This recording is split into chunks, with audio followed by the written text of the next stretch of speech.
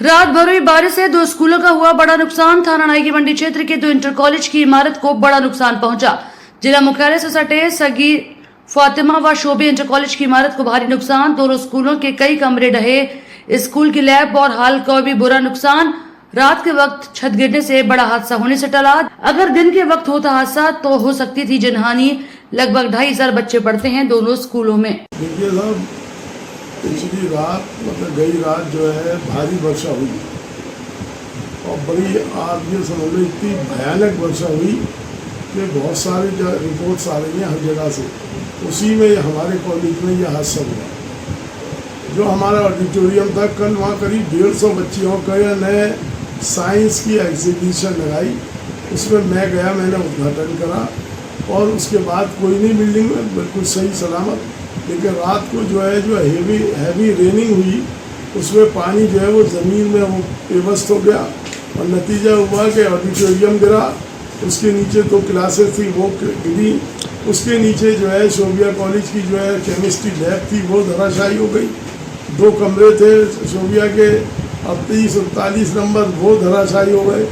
इस तरीके से जो है और प्राइमरी स्कूल जो शोभिया कॉलेज का था वो धराशायी हो गया। मेंटेनेंस को लेकर के क्या व्यवस्थाएं रहती हैं? क्या ये मेंटेनेंस को तो ये है कि जहाँ जहाँ मेंटेनेंस का काम भी चल रहा था, जहाँ हमें दिखता है कि ये जो है यहाँ ज़रूरत है मेंटेनेंस की, उसको हम कराते हैं अपने ज़राए से। जितने हमारे पास फंड्स होते हैं या हम इकट्ठा करते हैं अपने पॉकेट से करते हैं। किसी प्रकार की हेल्प शासन प्रशासन से नहीं मिल रही है? क्या कहना चाहते हैं आप? हम तो ये चाहते हैं कि शासन प्रशासन को आँख खोलनी चाहिए और जब ऐसे ऐसे हादसे होंगे बड़े बड़े और आर्थिक रूप से जो है कमज़ोर हैं संस्थाएं जो है, कोई हमारी मदद नहीं होती और सिर्फ जो है वो जो है ग्रांट जो है वो ग्रांट मिलती है टीचर्स की तनख्वाह जो सीधे उनके अकाउंट्स में जाती है। उनसे हमें मतलब नहीं है मैनेजमेंट का। लिहाजा मेरी तो प्रशासन से शासन से और ये रिक्वेस्ट है कि वो हमारी ऐसी स्थिति में जो है वो मदद करें, क्योंकि करोड़ों रुपए का नुकसान है और वो मदद जो है वो हमारी नहीं, हमारे बच्चों की मदद होगी। जो 2,500 बच्चे जो है यहाँ तालीम पाते हैं, शिक्षा ग्रहण करते हैं, ये उनके भविष्य का सवाल है। मेन कारण ये है कि ये नीचे से लैब थोड़ी सी तो कमज़ोर हो गई थी और वहाँ से क्लासेस हम लोगों ने हटा दी थी। सब क्लासेस हटी थी, वहाँ बच्चे नहीं बैठते थे इसमें। लेकिन अब ये भारी वर्षा के कारण जो है ये नीचे कहीं किसी जगह कोने में पानी रिस रहा होगा, जिसकी वजह से बिल्डिंग धराशायी हो गई।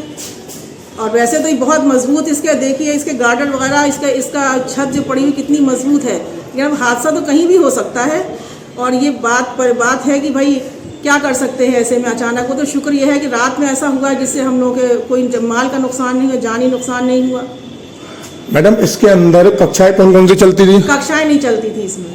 फिर क्या चलता था इसके अंदर? इसके अंदर ये था, सिर्फ ये वाला जो हिस्सा है ऊपर का, नीचे तो बंद कर दिया गया था। नीचे लैब थी साइंस की, वो बंद थी। उसके ऊपर 2 क्लासेस थी, 7th और 8th, वो भी बंद कर दिया था। उसमें बच्चा नहीं बैठता था। बस ये ऊपर वाला हॉल जो था ये इसमें थोड़ा सा फर्नीचर था। इसमें एनटीटी फूड की क्लासेस लगती थी, तो जैसे 5, 6, 11, 12 बच्चे जो है इसमें बैठ जाते थे। मैम, कितनी पुरानी बिल्डिंग है ये? बिल्डिंग कितने पुरानी हो सकती है, अब हमें ये तो मालूम नहीं कितनी पुरानी होगी। बिल्डिंग मैम जो होती रहती है। इसका मैनेजमेंट कौन संभालता है? तो हाजी जमीलुद्दीन कुरैशी हैं मैनेजर। तो इससे पहले आपने किसी इंजीनियर को बुला के इसकी इत्तला कराई थी क्या इसके? तभी तो बच्चों की क्लासेस वगैरह सब हटा दी थी वहाँ से। भाई ये हम लोगों को तो अंदाज़ा था, लेकिन बच्चों की क्लासेस बच्चे नहीं बैठते थे इसमें नीचे। बस ये ऊपर ही थोड़ा सा क्लासें कम पढ़ती थी। तो एक क्लास जो थी एनटीटी और फूड की, वो जैसे ऑप्शनल क्लास थी थोड़ी सी 11-12 बच्चों की, वो यहाँ पर हो जाती थी। वो भी अच्छा हुआ कि वो भी नहीं हुआ, वो भी 1 हफ्ते से नहीं हो रही थी, क्योंकि इसको हम लोग बंद रखते थे इस हॉल को। अभी आपके बराबर क्लासों के अंदर दीवारों में दरारें पड़ी हुई हैं। पड़ गई है दरार, ये इसकी वजह से दरार पड़ी। इतना धमाका हुआ, इतनी जोर का ये गिरा होगा रात में, तो जिसकी वजह से ये इतना जो चटक गया है नीचे से ये कोना जो है अच्छी खासी। ये तो क्लासें बिल्कुल सही थी, बिल्कुल इनमें तो कुछ भी नहीं था।